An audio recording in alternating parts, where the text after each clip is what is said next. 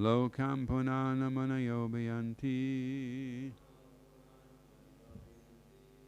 yesham grihan avasatiti shakshad yesham grihan avasasiti shakshad. Haribol. Gudam param brahma manusha lingam Gudam param brahma manusha lingam Yuyam naloke bata buddhi bhaga Lokam punana munayo bhayanti Yesham grihan avasatiti shakshad Gudam param brahma manushalingam Yuyam niloke pataburi bhaga Lokam punana munayanti Yesham grihan avasatiti shakshad Gudam param brahma manushalingam Haribo.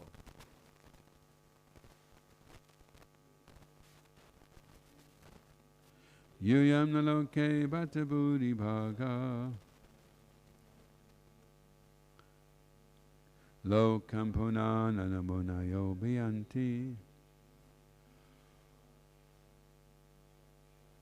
Yesham grihan avasasiti shakshad Udam param brahma manushalingam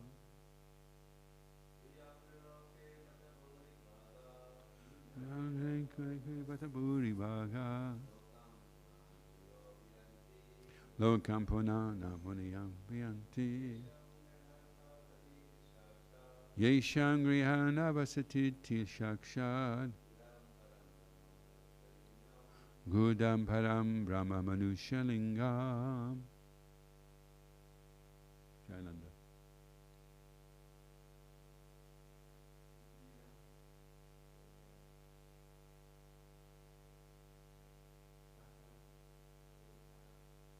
Yuyam naloke pataburi bhaga Lokam punana namunayo bhayanti Yesham grihan avasatiti shakshad Gudam param brahma manushalingam. Messages.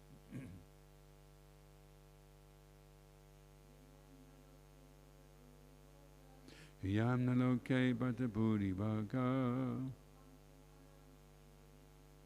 Lokam punana munayo bhayanti Yesham grihan avasatiti shakshad Gudam param brahma manushalingam. Yuyam. All of you Pandavas niloke in this material world Bata, indeed, Buddhibhaga, extremely fortunate. Lokam, all the planets of the universe. Punana, who can purify. Munaya, great saintly persons. Abhiyanti, come to visit just like ordinary persons. Yesham, of whom? Grihan, the house of the Pandavas. Avasati, resides. Iti, thus. Shakshat, directly. Gudam, very confidential. Param, transcendental. Brahma, the Parabrahman. Krishna, Manushalingam, as if an ordinary human being. Translation. My dear Maharaj Yudhisthira, You Pandavas are so fortunate in this world that many, many great saints who can purify all the planets of the universe come to your house just like ordinary visitors. Furthermore, the Supreme Personality of Godhead Krishna is living confidentially with you in your house just like your brother. So this is Narada Muni speaking, isn't it? So, responsibly, my dear Maharaj Yudhisthira, you Pandas are so very fortunate in this world that many, many great saints who can purify all the planets of the universe come to your house just like ordinary visitors. Furthermore, the Supreme Personality of Godhead, Krishna, is living confidentially with you in your house, just like your brother. Papa Srila Prabhupada Ki Jai. Here is a statement exalting a Vaishnav. In human society, a Brahmin is the most respected person. A Brahmin is one who can understand Brahman, the impersonal Brahman, but hardly ever can one understand the Supreme Personality of Godhead, who is described by Arjuna and Bhagavad Gita as Param Brahma. A Brahmin may be extremely fortunate in having achieved Brahma Jnana, but the Pandavas were so exalted that the Parabrahman, the Supreme Personality of Godhead, was living in their house like an ordinary human being. The word Buribhaga indicates that the Pandavas were in a still higher position than Brahmacharis and Brahmins. In the following verse, Narada Muni repeatedly glorifies the position of the Pandavas. Om Agana Timirandasya Gananyara Shalakaya Chakshun Maritam Yena Tasmai Shri Gurave Namaha Shri Chaitanya Manobhastam Stapitam Yena Bhutale Swayam Rupa Kadamayam Dadati Swavadantikam Jaya Shri Krishna Chaitanya Pavanityananda Shri Advaita Gadadha Shiva Sadi Gaura Bhattarinda Hare Krishna, Krishna Krishna, Hare Hare, Hare Rama, Rama Rama, Hare Hare. Vancha kalpatarubhyascha, kripa sindhubhyeva Paditanam bhavanebhyo, Vaishnavebhyo, Namo Namaha. So in the translation, it's saying, Narada Muni is glorifying Maharaj Yudhisthira because Krishna is in his home, and Prabhupada makes the point that this is more elevated than brahmacharis and brahmins. That's as good as it gets, getting Krishna to come to your home.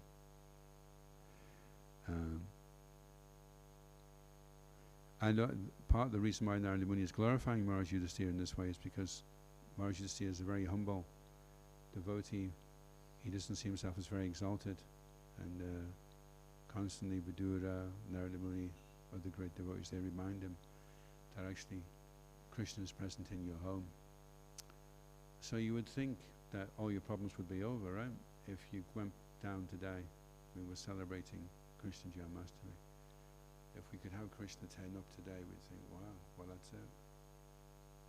I've won the spiritual lottery, bingo. No problems now, everything's going to be hunky-dory. But amazingly enough, Bhishma Dev was amazed at this. There you are rubbing shoulders with the Supreme Personality of Godhead, and yet you still have to go through so much difficulty. So there's a kind of misunderstanding that this Krishna consciousness means that I'll have no more hassle, I'll just be carefree, I'll float along in the fields with a bag of sweet bowls, and everything will be Hari Bol. So when Krishna gets involved, generally when Krishna comes down, what does he spend most of his time doing? Jayananda. What does he do mainly? Jayananda? Hari Bol. Jayananda? Oh, Hari Bol. What does Krishna spend most of his time doing? When he comes down as an avatar, what does he spend about 75% of his time doing? Bumping people off, right? Killing people. Even when he was chilling with his pals and they went to see Kamsa, you know, the washerman comes out, gets a bit cheeky.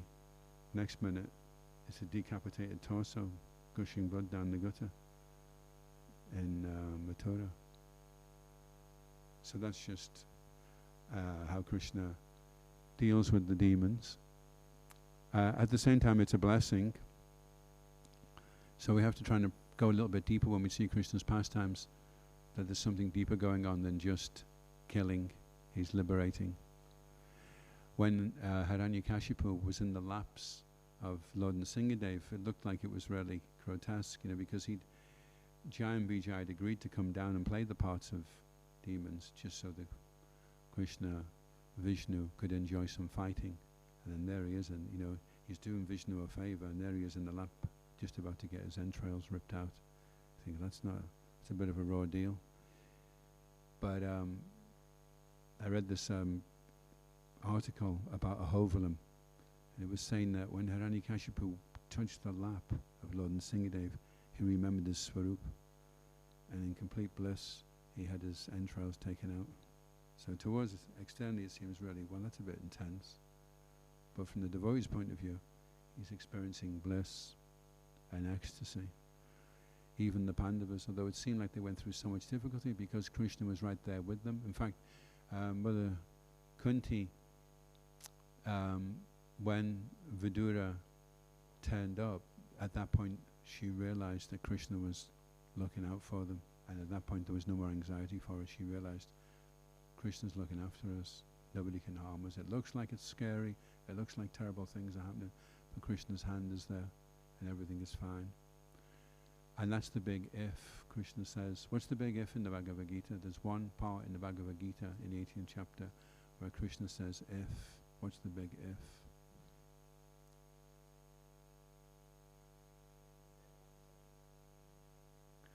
That comes after that. This is just before. If. He says if you, and then that's the big if. Yeah. Is that in the 18th chapter? He says, if you become conscious of me. Machita Sava Dagani. He says, all the Dagani, if you become conscious of me, then there won't be any problems. So the only problem is we're not conscious. The big if, when you sit down to chant your bead bag, the big if is, are you going to get into your japa? Or are you going to space out? Are you going to become distracted by everything and anything? Because it will take, it took me about an hour and a half this morning of concentrated effort before I finally focused. And if at any point it had broke off, then I would have been back to square one. So it's like trying to penetrate through a brick wall, and you have to keep banging away, and then eventually you go through into becoming conscious of Krishna to some very faint degree in my case. But it takes consistent endeavor over a prolonged period of time. And if the japa is interrupted and disturbed every 10 minutes, every 5 minutes, every 50 minutes, then you won't consistently maintain a prolonged enough effort to penetrate through into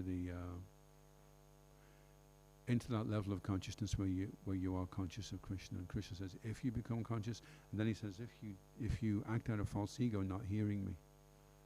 So the two are linked. If you're not hearing Krishna, then the only other thing you can be hearing is your false ego. So you've got your choice. You sit down with you've got a bead bag on one hand, and you've got the false ego on the other hand. And you start chanting Hare Krishna, and then you go on to the false ego. I'll have to remember to sew my socks today, and I've got to buy this, and who's he looking at over there? He's totally spaced out. Why doesn't he get into his japa? Oh no, sorry. Hare Krishna, Krishna Krishna. So you've got hearing the holy name, or you've got listening to the false ego. They're your choices. We tend to flip from one to the other. Do a bit of that, and then a bit of that, and a bit of that. And then we get a bit confused. So Krishna's come in this age. He appeared 5,000 years ago. Maharaj Yudhisthira was rubbing shoulders with him. It wasn't easy. It was intense. Although Maharaj Yudhisthira was in bliss, it wasn't hunky-dory, and it wasn't a joyride. Krishna had a mission and he had things to do. So he's come now in the holy name, and same again, when you start chanting, problems will still be there.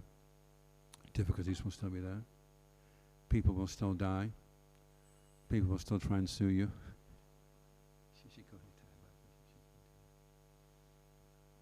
There will be problems.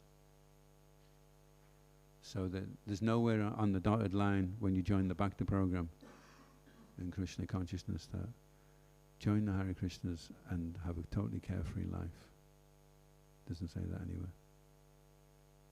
It does say that if you become Krishna conscious, you'll pass over all the obstacles by my grace. So that's the... And if we want to connect and be aware that Krishna is with us right now, then we have to do it through the chanting of the holy names. He appeared 5,000 years ago personally.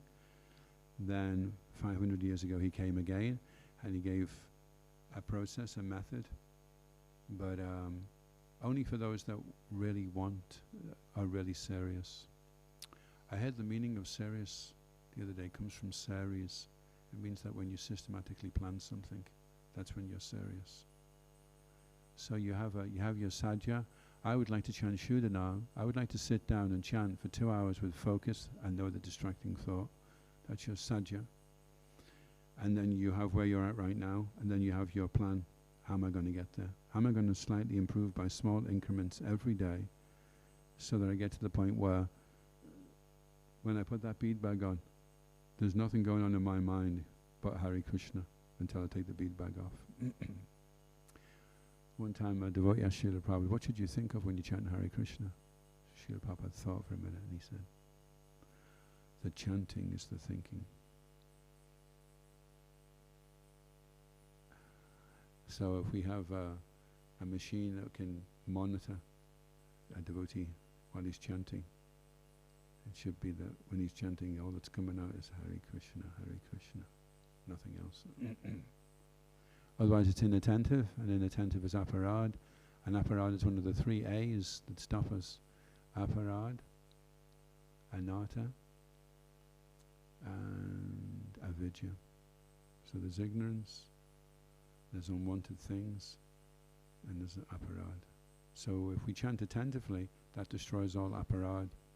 If we're chanting and there's no aparad, then that pure name will destroy the ignorance, and it will destroy the unwanted things. So if the ignorance is still here, and the unwanted things are still here, then we can naturally conclude that there must be aparad, there must be offenses when I'm chanting.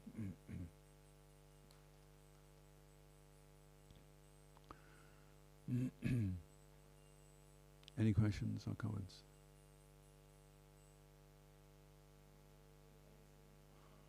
Avidya, anatta, avidya, anatta, and aparad. And then there's the 3 P's. There's the 3 P's. They're not frozen ones. The 3 P's that help us in chanting: pronunciation, posture, and prayer. So if you see a devotee chanting like this, no, actually, he's chanting like this here, he's chanting like this, or he's chanting like this, or he's like this, then he's not going to chant good japa. It's very unlikely he will chant good japa. He has to be sitting in a position where it's not easy to fall asleep. So if you're slightly leaning back when you're chanting, it forces the muscles here to tense, then you can't sleep so easily because it's too uncomfortable to sleep. To sleep, you have to get comfortable, you see. If you sit in an uncomfortable position, then you can't go to sleep. So if you see a person trying to stay awake, and at the same time he's getting himself in a comfortable position, then he doesn't really want to stay awake. He just wants to make out that he wants to stay awake, so that everyone thinks he's trying, but really he just wants to be asleep. Like Prabhupada said one time, it's easy to wake a sleeping man, but it's hard to wake a man that's pretending to be asleep. There was one devotee at the manor, and we used to have this system at the manor where if the devotee didn't get up in the morning, you dragged him in a sleeping bag down the stairs into the shower. There was about 4 or 5 steps, and down. So this one though, he didn't want to get out of his sleeping bag, so they dragged him down the steps, dragged him into the shower, and then they put the shower in his sleeping bag, and he still wouldn't wake up. It's quite determined. Because you see, the false ego gets involved. When you're in the mode of ignorance, when somebody wakes you up, when you're sleeping, it means you're in the mode of ignorance. So when you're in the mode of ignorance, you're quite rude, and stubborn and awkward. That's how a person is. You come straight out of the mode of ignorance, and that's the first thing. You're offensive. So generally, if you try and wake a person up, then they'll be quite rude, I was just thinking, leave me alone.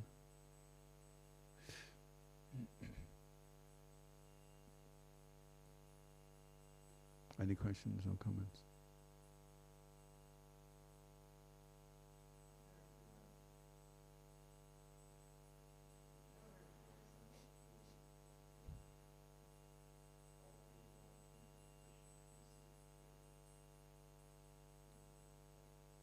Don't.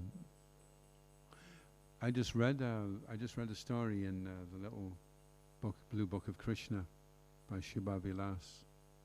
And Narada Muni, he came in to the palaces in Dwarka, and he saw Krishna and Arjuna, and they'd been talking late at night, and it got that late that they'd both just fallen asleep talking to each other, and Arjuna had collapsed on top of Krishna. So Narada Muni was thinking, this is a bit off. He had his legs across Krishna's chest, and Krishna was lying on the bed with his head back like that. And Arjuna's legs were there. And Narada Muni was very upset. He thought, this is so offensive, that's the Supreme Lord. He shouldn't be like that with him. So later on, when an opportune moment arose, he went over to see Krishna. He said, the other day I went in the bedroom and Arjuna said, that's, don't you think that's a bit off the wall? So Krishna said to Narada Muni, he said, well, I want you to go in and watch Arjuna tonight while he's asleep, and then tell me what you think, So Narada Muni went in at midnight, and Arjuna was lying there and he was sleeping. And Narada Muni went over. You would never have heard it unless you went over. As he went over and he listened, and Arjuna was asleep and he was going,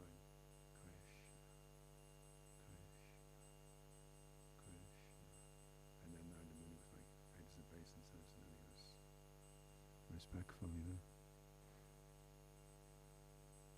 And the stories of Srila Prabhupada, that devotees could hear the chanting going on inside him, and there was one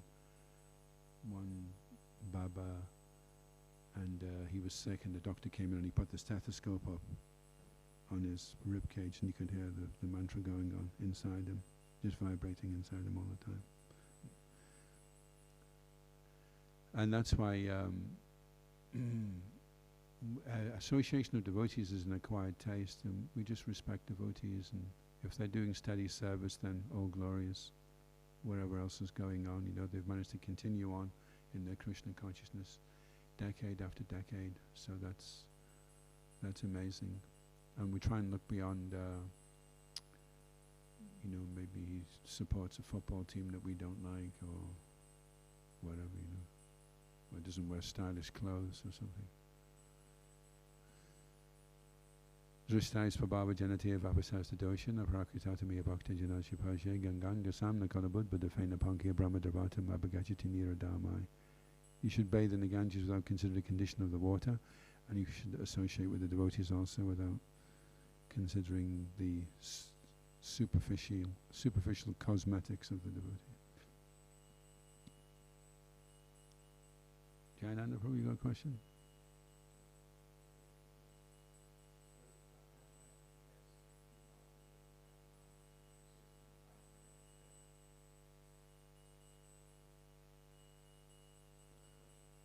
What was the question, sorry?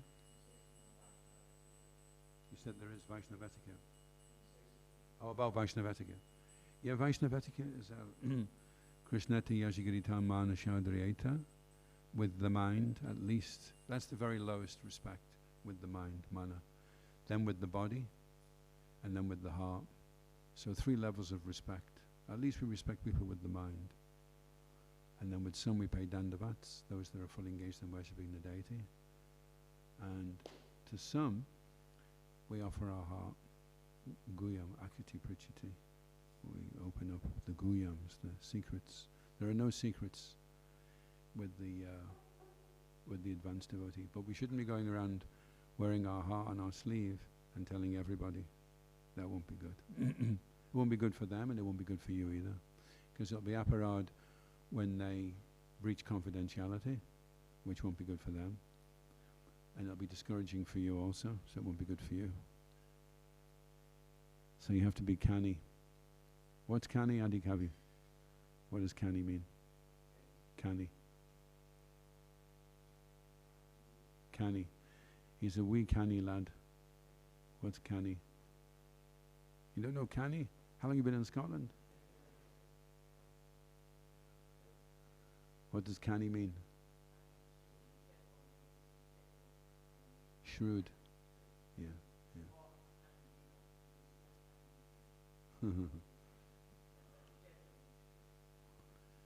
Yeah, canny. You have to become canny.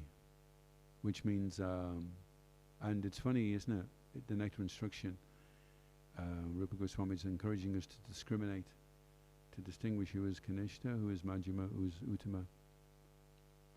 Even though we may not be Majjhima or Uttama ourselves, but still he's putting this forward as the template. Learn how to respect everybody, and then how to show special respect to those devotees that are elevated, you know. And first of all, there's the 4 living exchanges, 6 living exchanges, that's text 4. Then how to show respect, and then text 6 is, this is in Nectar of Instruction, text 6 is how to avoid being offensive toward devotees, how to see beyond the superficial. That's why it's good if you're in the association of devotees to stay in the mode of goodness, because in the mode of goodness you're naturally respectful, and you're naturally careful, and naturally sensitive. But if you're hanging around in the association of devotees in the mode of ignorance, probably the worst place you can be. You're better off in a cave up in the Himalayas. Don't hang out with devotees in the mode of ignorance. Even the mode of passion is tricky. If you can get in the mode of goodness, then everything's fine, you know. Everyone's Prabhu, Hari Bol. So yeah, Vaishnava etiquette. We automatically achieve Vaishnava etiquette by coming into the mode of goodness, Sattva Gun. We're peaceful, clean, tolerant, empathic. These are all natural qualities that are there in the mode of goodness. And if a person's dirty and smelly and sleepy and disorganized, then he's in the mode of ignorance. Expert at insulting others. So there must be a lot of mode of ignorance going on Facebook, because that's what's going on all the time, just insulting everybody. Everyone's the self-proclaimed authority. What do they call them? Keyboard warriors, right? They're really tough. So you go, you knock on the door, right? You open the door and say, "What was that you were saying about me?" "Oh, I didn't really mean it."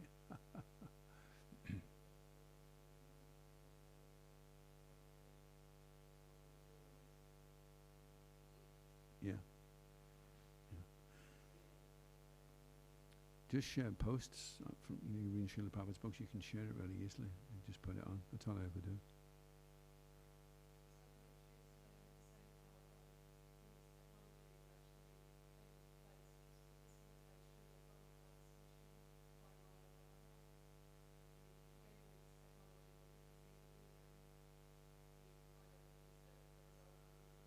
Oh.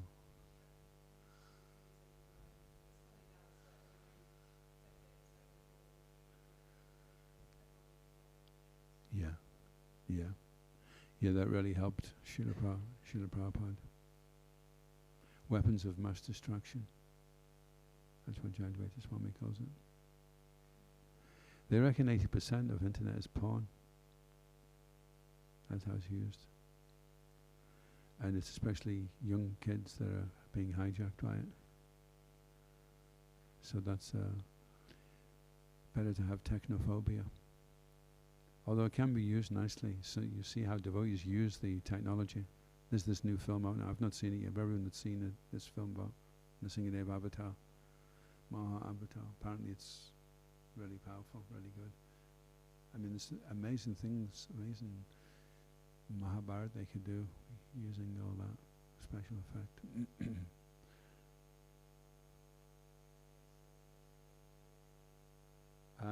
Is it Maha Avatar? Nrsimhadev Maha Avatar? The name, yeah, of the movie. Yeah, Maha Avatar Nrsimhadev. It's not up in Scotland just yet. Nivedita has been trying to find out if it's going to be here. It's showing right now down south.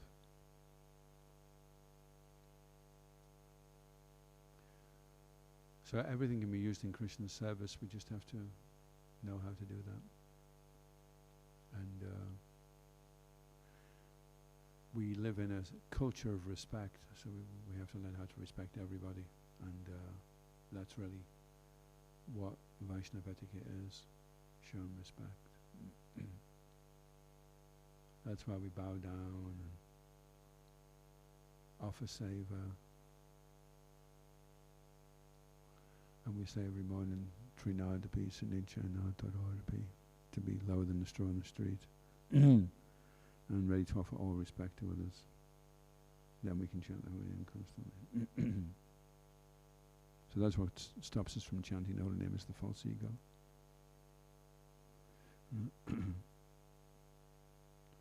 Jai. So a special day today. I always find Janmashtami intense. It's like, I remember when I went to Vrindavan the first time, and I wasn't ready for what it was, you know. But when I got there, I was with Prabhupada Vani, and I clammed up for a whole day. Didn't want to say anything. And then the next day I started talking to him, and he says, "Oh, you've been in your head, eh?" But as soon as I stepped into Vrindavan, what it felt like was being turned inside out and being looked at under a microscope. It was quite intense. I felt like an imposter. So Janmashtami can be a little bit like that as well. A little bit soul searching. Quite intense. Krishna's intense.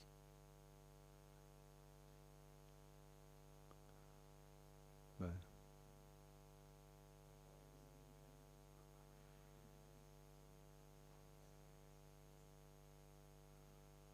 yeah, if we get a tent, then it can be intense. Go camping with Krishna. Intense.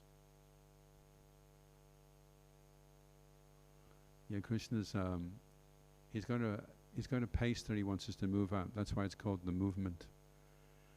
And we have to move at a certain pace. If we want to go at our own pace, which is generally slower, usually not faster, then it's difficult to keep up. But if we're okay with it, okay, you want me to run now? Okay, then everything's fine. But we dig our heels in and we get dragged along, then that's when it starts becoming intense. Like resistance, the force of resistance is only as strong as your inclination to not want to do it.